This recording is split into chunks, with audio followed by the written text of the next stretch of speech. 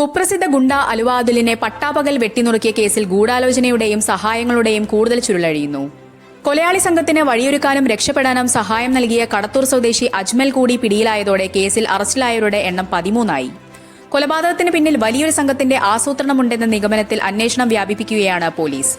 കൊലപാതകം നടന്ന സമയം അതുൽ സഞ്ചരിച്ചിരുന്ന കാറിന്റെ വേഗത കുറയ്ക്കുക എന്ന കൃത്യമായ ദൌത്യമായിരുന്നു അജ്മലിന്റെ സ്വിഫ്റ്റ് കാറിനുണ്ടായിരുന്നത്.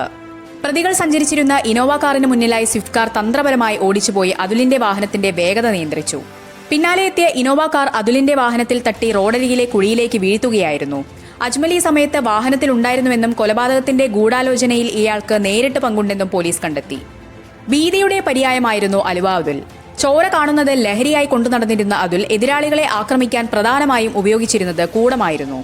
മദ്യമോ മറ്റ് ലഹരി വസ്തുക്കളോ ഉപയോഗിക്കാത്ത അതുലിനെ മനുഷ്യരക്തമാണ് ആവേശം കൊള്ളിച്ചിരുന്നതെന്ന് മുൻ സംഘാംഗങ്ങൾ വെളിപ്പെടുത്തുന്നു.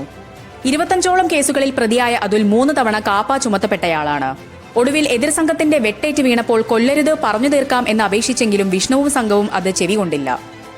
ലഹരിമരുന്ന് മാഫിയ ബന്ധം. അതുൽ വധക്കേസിലെ 6ാം പ്രതി ഷംനാദിന് അന്തർ സംസ്ഥാന ലഹരിമരുന്ന് റാക്കറ്റുമായുള്ള ബന്ധം പുറത്തുവന്നത് അന്വേഷണത്തിൽ നിർണായകമായി.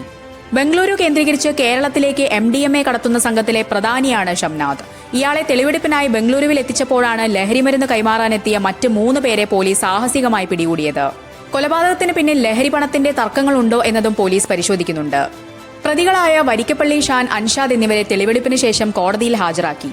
അതുലിൽ നിന്ന് വധഭീഷണിയുണ്ടായിരുന്നതാണ് കൊലപാതകത്തിന് പ്രേരിപ്പിച്ചതെന്ന് ഷാൻ മൊഴി നൽകി. 90 ദിവസത്തിനുള്ളിൽ കുറ്റപത്രം സമർപ്പിക്കാനാണ് അന്വേഷണ സംഘത്തിന്റെ. ഈ വാർത്തയുടെ പൂർണ്ണ വിശദാംശങ്ങൾ അറിയാൻ ദ ഹാലി ന്യൂസ് യൂട്യൂബ് ചാനൽ കാണുക. Link in bio.